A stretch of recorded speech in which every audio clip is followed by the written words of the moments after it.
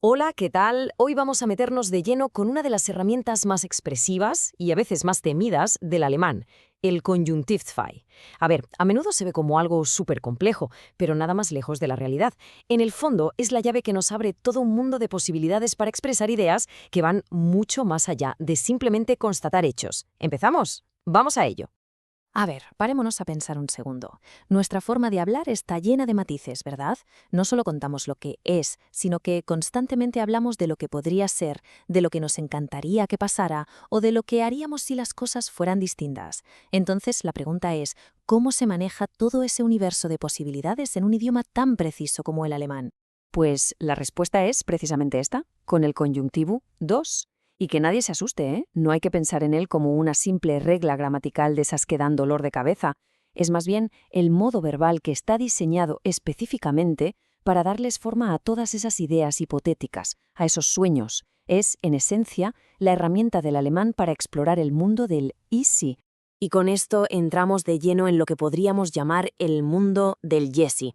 Porque, insisto, más que una regla, el Konjunktivzwei es todo un concepto. Es la manera que tiene el idioma alemán de pintar escenarios imaginarios, de suavizar una petición para que suene más educada o de expresar nuestros anhelos más profundos.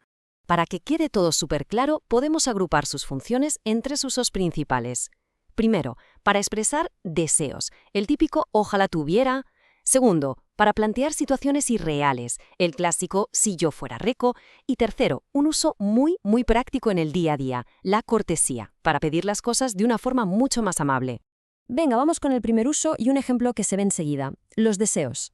Ich wünschte, ich hätte mehr Zeit. La magia aquí, la clave de todo, está en esa palabra, hätte. Ojo porque no se está afirmando tengo tiempo, que sería un hecho, sino tuviera tiempo. Es un anhelo, un deseo que choca de frente con la realidad. Ahora, el gran terreno de juego del Konjunktivzwei, las situaciones hipotéticas. Wenn ich reich wäre, würde ich reisen. Si fuera rico, ese VR es como un portal. ¡Pum! Nos transporta de inmediato a un escenario que no es real. La realidad es una, pero si fuera otra, esta sería la consecuencia.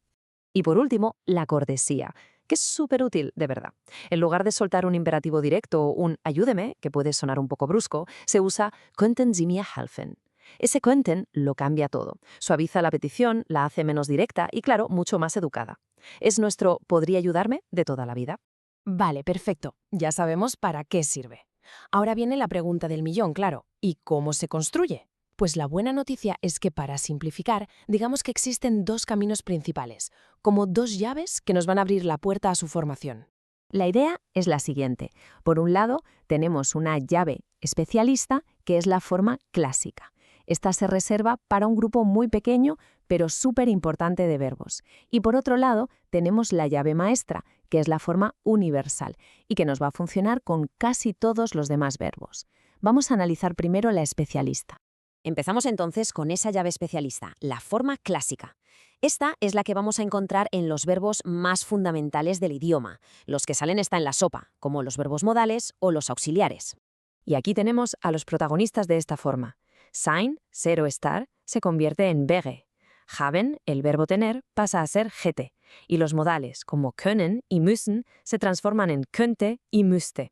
Sí, vale, son formas irregulares y hay que memorizarlas.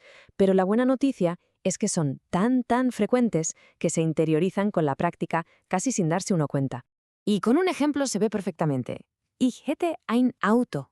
Esto no es tengo un coche, sino tendría un coche. Es un deseo, una situación imaginaria, que se crea directamente con una de estas formas clave. Así de simple. Bien, pues dejamos la llave especialista y vamos ahora con la llave maestra. Esta es la que nos va a sacar de casi cualquier apuro y de hecho es la más utilizada en el alemán del día a día. Vamos con la forma universal. La belleza de esta forma es que es insultantemente sencilla. La fórmula es siempre la misma.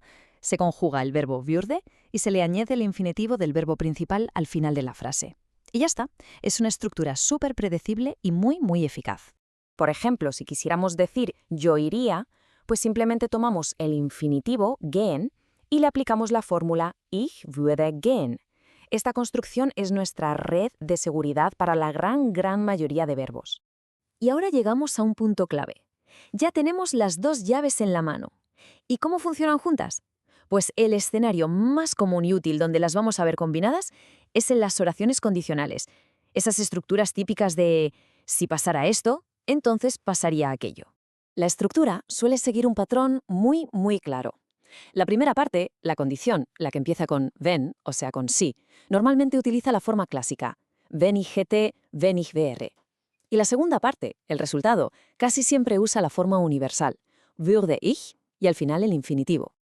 Y aquí lo tenemos en acción. Wenn ich Zeit hätte, que significa si tuviera tiempo. Ahí está la condición usando la forma clásica hätte. Y el resultado, würde ich schlafen, o sea, dormiría. Ahí vemos la forma universal, würde más el infinitivo schlafen.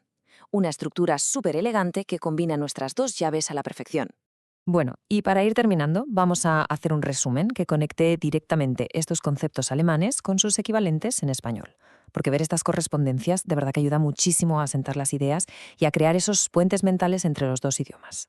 Lo que muestra esta tabla es muy revelador.